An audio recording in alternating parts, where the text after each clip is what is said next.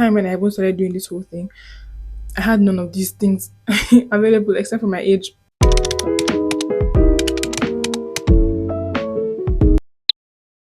Hi guys and welcome back to the channel. It's your girl Isso and I am back with another follow-up video. So I got a question asking me, oh, how do I calculate my express entry points? And then it dawned on me like a lot of you are actually very new to this process and you don't even know that you actually have to calculate your scores. You don't even know that it's like draws. You don't even know there is a pool. You don't even know a lot of things about like really starting this process.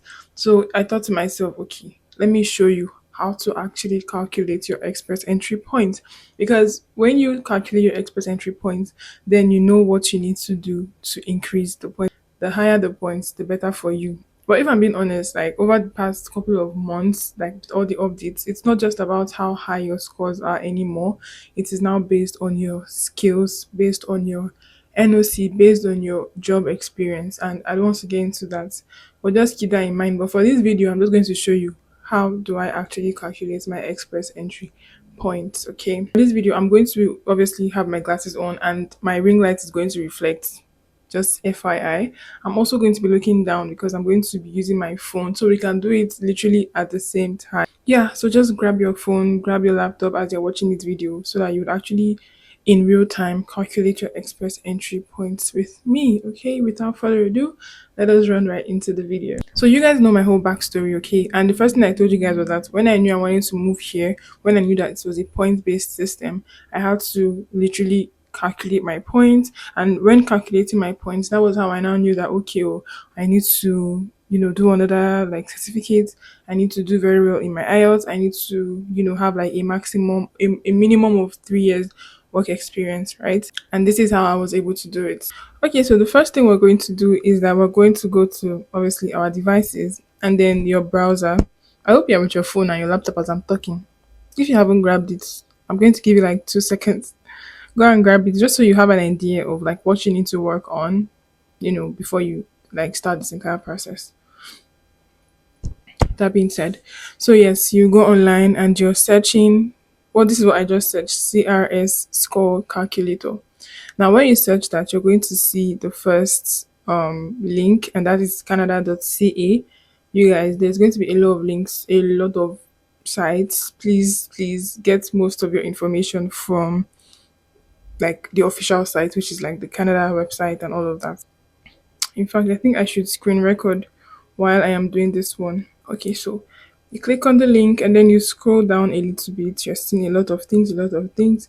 And you can also see where they wrote, we no longer give points for job offers. So that was an update, right?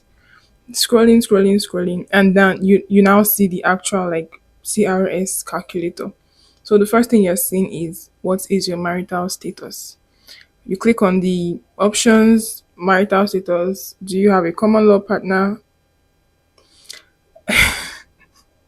Are you divorced? Are you separated? Are you legally separated? Are you married? Have you never been married? Are you single? Are you widowed? So for my case, then and now, single, right? I'm going to click on single. But if you're married, you click on married. If you're separated, if you're divorced, you click on that. I'm going to click on single. Now, how old are you? Okay, how old are you? Like, how old are you? Like, while the like, how old are you when you're filling your express entry profile? Not before that, like, literally your current age. If your birthday is maybe next month and you're going to be a year older, that's not the age you're going to put. Okay, how old are you currently? You click the options. For me, I am 26. I will click 26. Now, what is your level of education? Enter the highest level of education. Do you hear that? The highest level. Remember when I told you guys that if you have what do you call it, a BSc, a master's is higher than a BSc, PhD is higher than a BSc, higher than a master's. So you need to enter the highest one that you have. Now, if you've earned a Canadian degree, diploma, or certificate, or if you have ECA, if you did your study outside Canada, you would need ECA from an approved agency in the last 5 years. Now, this one is the West that I told you guys how to like how I went about my West. You're going to need to use your West for this part, or the IQAS or the IC. CRES, I think. Yes. So this is why everybody uses West. This is literally why, because they are one of the approved bodies that, this IRCC qualifies to say, okay, or if West says that your degree is equivalent to a 4 year, like degree in Canada, then they're going to accept that result. So now I'm going to go down and select, okay, you only have high school. You're going to click on that. You only have, like you only went to like secondary school, like, like SS3, you finished SS3, like that's where you did, that was your highest degree, you have to click that. And then 1 year program at a university, you had the 1 year diploma program, you click that. Or if you did a 2 year program at a university or college or a technical school or any other institute, you have to click on that. Now you did a bachelor's degree, which is 3 or more years, which was what I initially picked. I'll get to that in a bit. If that is all you have, if you only have a bachelor's degree, pick that one. And then you have 2 or more certificates, diplomas or degrees. One must be for a program of 3 or more years. Okay. Now let me explain this one. It says so if you're going for 2 or more certificates, you can like 2 or more degrees, 2 or more diplomas, one of that degree has to be 3 or more years. In my case, I had my 4 year degree, right? My BSc.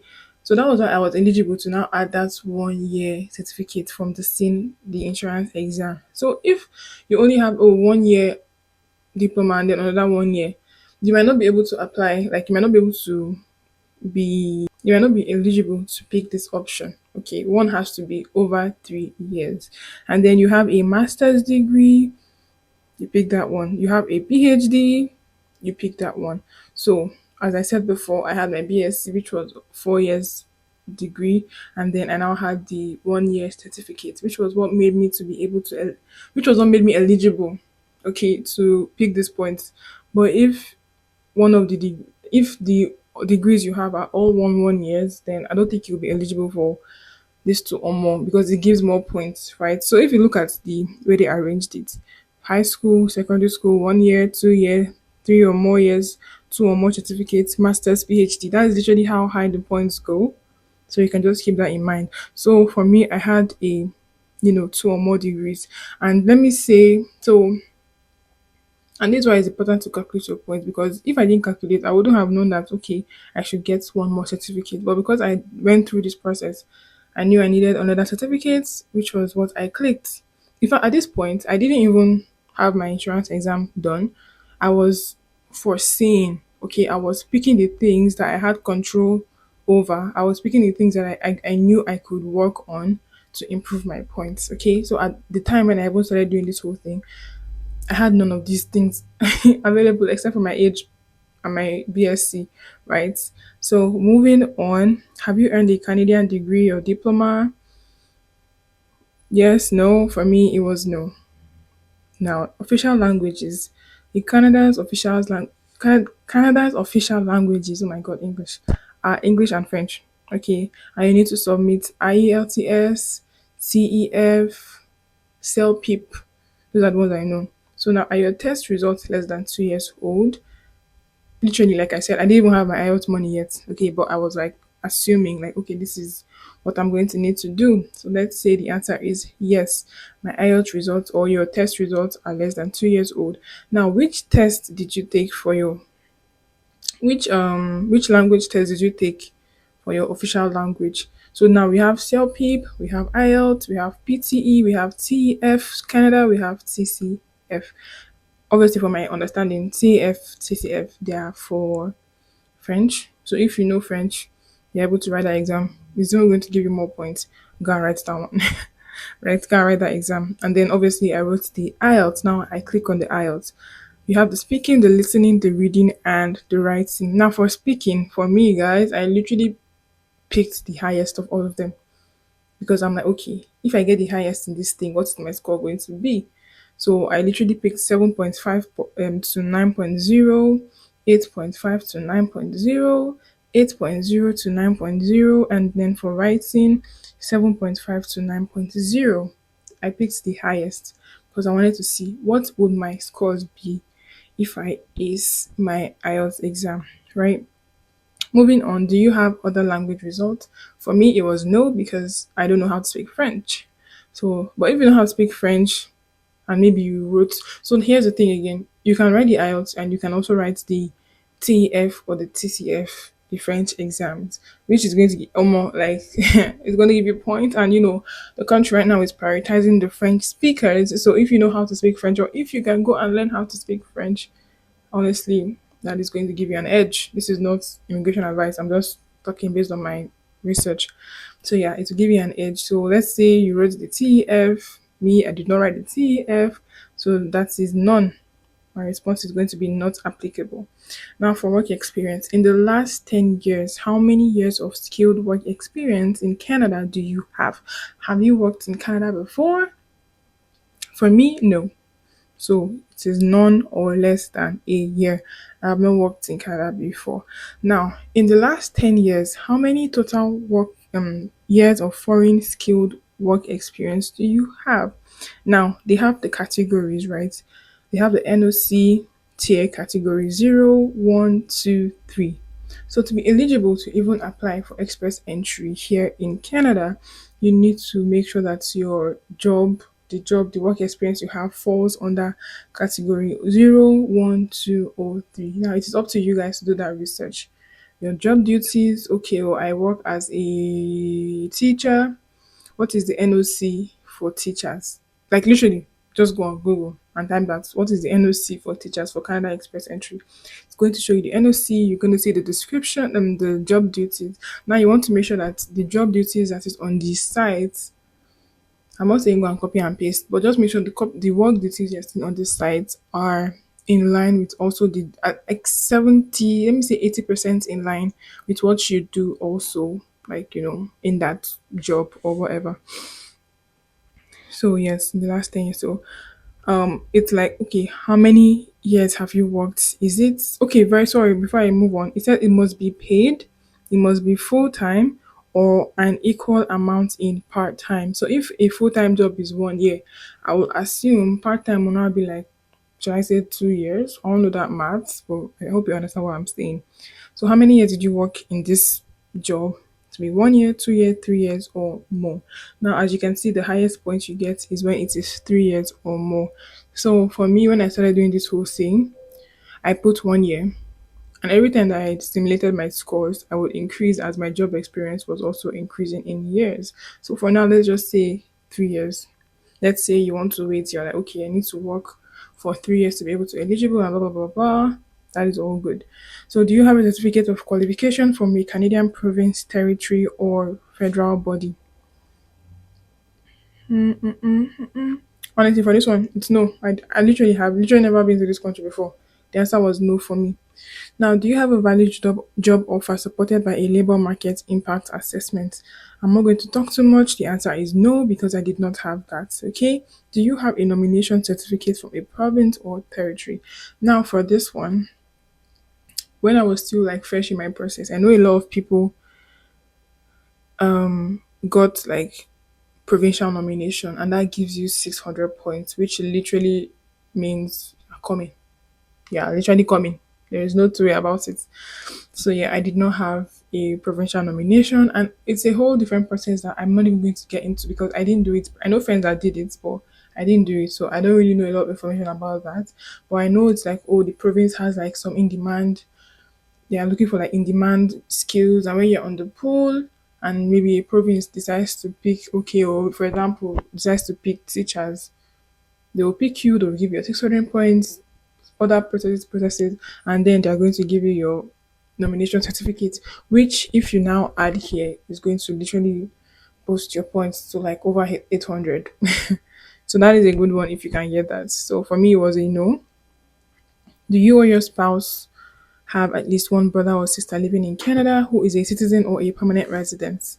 Now, if you have someone here that is your sibling, now you guys see sibling, blood sibling. If it is step sibling, fine, but they have to be like your sister or your brother, and they must be permanent residents or citizens. That gives points. I can't remember how many points, but yes, that gives points. Okay, so for me, if my brother wants to come, I'm here as a PR. he's going to get points for that. For me, I do not have anybody. Okay, not auntie, not uncle. Mm-mm-mm. Okay, very good. They say brother or sister is related to you by blood, by adoption, or by marriage, step brother or step sister. Okay, they are 18 years or older. They are related to you or your partner by blood, marriage, common law, partnership, or adoption. They have a parent in common with you or your partner. Now you can, if these things don't apply to you, then you can't. It's not your auntie, it's not your uncle, it's not your best friend, it's not your best cousin, it's not your nephew. You can't get points for that. So for me, I did not have anybody. The answer is going to be no.